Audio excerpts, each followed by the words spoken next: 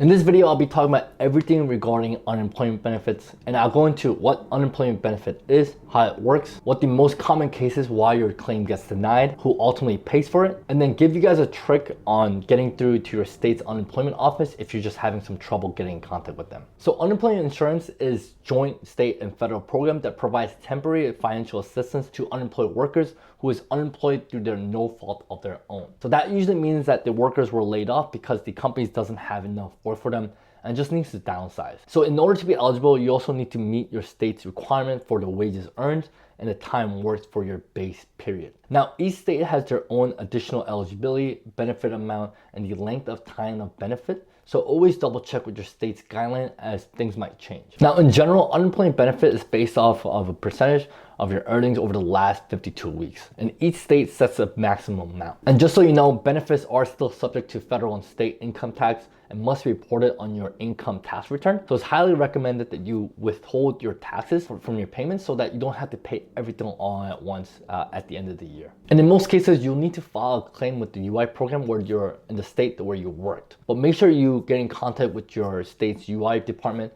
and they could provide the best way to file your claim if you live in one state and work in another. And the whole approval process usually takes anywhere from 2 to 3 weeks after you file your claim to receive your first benefit check. And some states like New York requires 1 week of waiting period where you don't get paid. So that means you start receiving your first payment on your second week of your unemployment claim.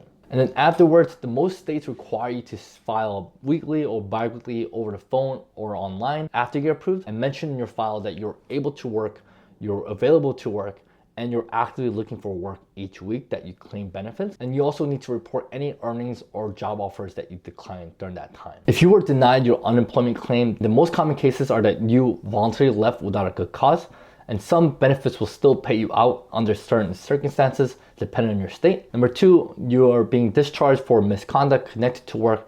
That means you're just fired or let go due to performance issues or some type of misconduct. Number 3, you're not able to work or not actively looking for work at the moment. And number 4, refusing a job offer will also disqualify you from unemployment. But if you believe that you were wrongfully denied, you also have the right to file an appeal regarding your eligibility as well as the amount that you're receiving. You just need to appeal it within an established time period. And in most states, you'll be paid out a maximum of 26 weeks. However, additional weeks of benefits can be given through what's called extended benefits if your state declares that this is a time of high unemployment. But the last time I checked in New York, at least right now, is not considered a time of high unemployment.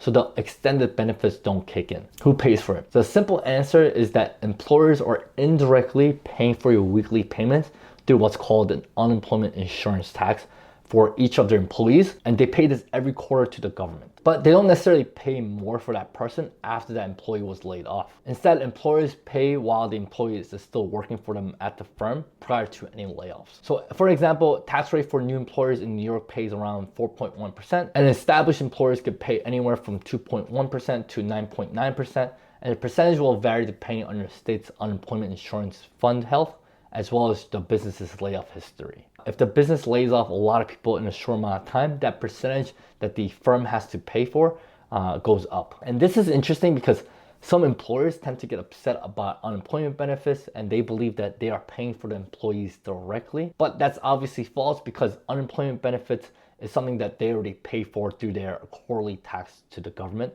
while the employees are still working for them. And if you're enjoying the content so far and feel like you're getting value out of this, make sure you like this video and subscribe for more personal finance videos just like this one. It just helps the channel out tremendously and it will mean so much to me if you did. Thanks. Now, I want to dive a little deeper into the state level. And if you take a quick look at this table, you can see the minimum and maximum weekly benefit amount across all states. And you could just disregard all the yellow highlights, which just indicates the recent changes and updates. And you could also disregard the last 3 columns to the right, since these are more for employers to calculate how much they owe in unemployment taxes every quarter. Now, focusing on the minimum weekly payment, the lowest I found was Hawaii with $5 just for their weekly unemployment amount, while the highest minimum that I found was with Washington State at $323. And then anytime you see a range, that just means that you can get additional unemployment benefits if you have dependents in that state. So for example, if you're looking at Alaska, your weekly maximum is at $370 per week,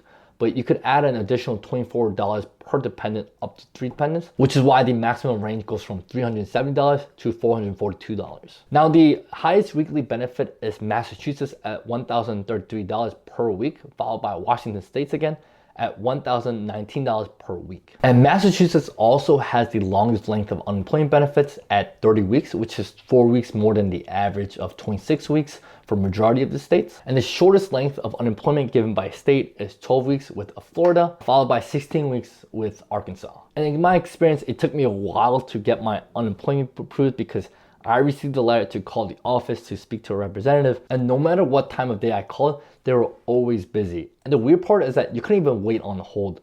So the automated system just hangs up on you after a certain time. But I found that in at least New York, you could call the New York governor's office and you can have them just transfer you to the unemployment office and they just connect you to a representative just right away. So you could try this trick out for anyone that's having a hard time getting in touch with your state's unemployment office. Not sure if this will work for any other states, but just let me know in the comments if that trick ended up working for you for your state. And also feel free to share in the comments below what your experience has been like with unemployment benefit in general. And for me, I've been unemployed for about 6 months now, and the unemployment benefit has been really helpful for me to at least have some income coming in while I'm looking for a job right now. But if you feel like it's impossible to find a job at this point, in this video, I talk about why it's so difficult to get a job right now. And I talk about when things might actually start to get better. So make sure you check out that video next, and I'll see you guys there.